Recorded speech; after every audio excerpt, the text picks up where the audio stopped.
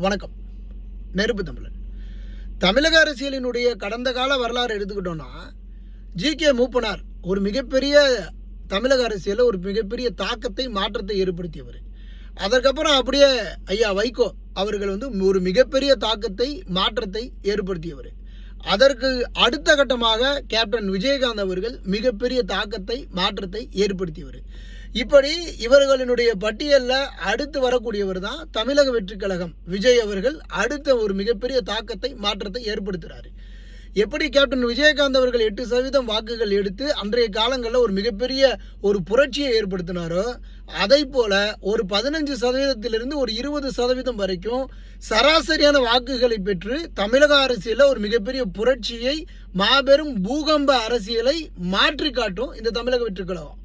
இதுதான் இந்த வரலாற்றை நீங்க எடுத்து பார்க்கும்போது ஒவ்வொருவரும் ஒரு மிகப்பெரிய மாற்றத்தை ஏற்படுத்தி இருக்கிறாங்க.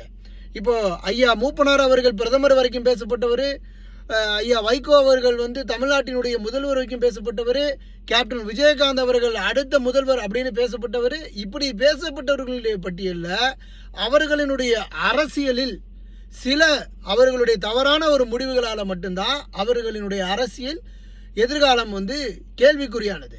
ஆனால் விஜயினுடைய அரசியல் ஒரு சரியாக இருக்கும் பட்சத்தில் கூட்டணி ஆட்சி அமைப்போம், நான் தான் முதலமைச்சர், என்னுடைய தலைமையில் தான் நீங்கள் கூட்டணி வைக்கணும் வாங்க அப்படிங்கிற இந்த ஒரு சரியான ஒரு பார்வை என்பது என்னை பொறுத்தவரையில் தமிழக வெற்றி கழகம் இந்த வரலாற்றில் ஒரு மிகப்பெரிய மாற்றத்தை ஏற்படுத்தும். இது ஒரு மாற்றமாக அமையும். இதை வேணால் நீங்கள் பொறுத்திருந்து பாருங்கள்.